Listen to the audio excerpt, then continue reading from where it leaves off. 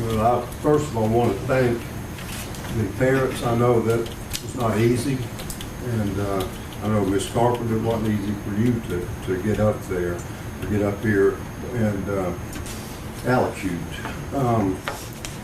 It's an understatement to say that this has been a terrible situation for everyone involved, because it has. I think everyone here has lived this for the last several years, and it won't end today. It's not going to, the pain and hurt will not stop today. I certainly don't take these charges lightly, and I don't think anyone in this courtroom does. Special needs children are special, as it says, and I've always had a soft place in my heart for special needs children, and I understand the love and compassion that parents have. Your job is harder, I guess, than most parents, but I think I've always heard you get out of something what you put into it, and I think that's a very true statement. I have reviewed the entire record. There's many, we didn't go through these, but there's many positive letters on behalf of Miss Carpenter in the file that have been provided through her counsel.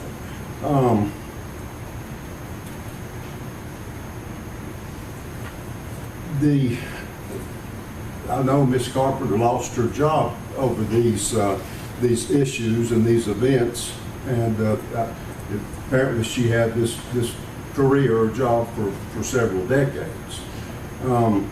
I know, Miss Carpenter, that these events are going to define you for the rest of your life, and I'm sorry, and I know that this, as far as the victims, this is something that will not go away. Hopefully we can start healing today, everyone, at least the process, and we can move forward with our lives and with these special children's lives. In researching my decision today, there is Tennessee case law that parallels this case, and very similar to this case, with the allegations and the charges and whatnot, and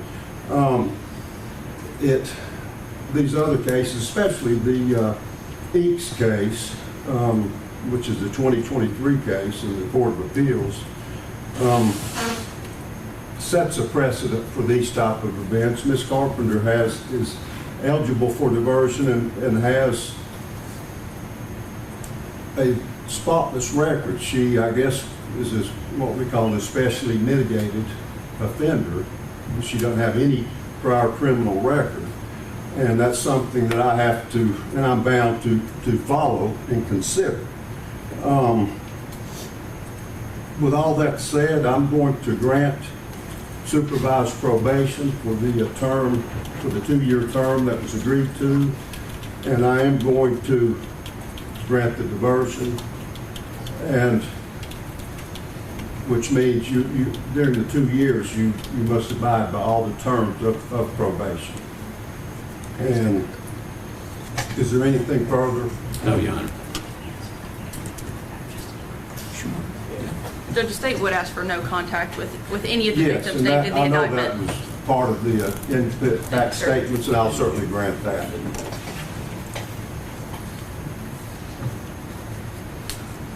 And I thank everyone Yeah, for thank being you, here Judge. today. Yes, sir. Thank you. She used to wait for me in the lobby, Judge. Okay. Yeah, Ms. Brooks will meet with you in probation.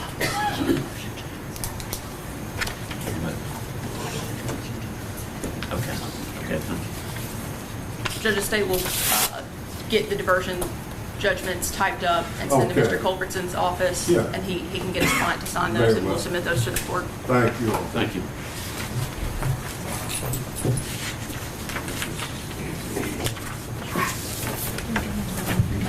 Yeah, I just consider it in that case. Just we can clear the courts, and then we'll call. Court's adjourned.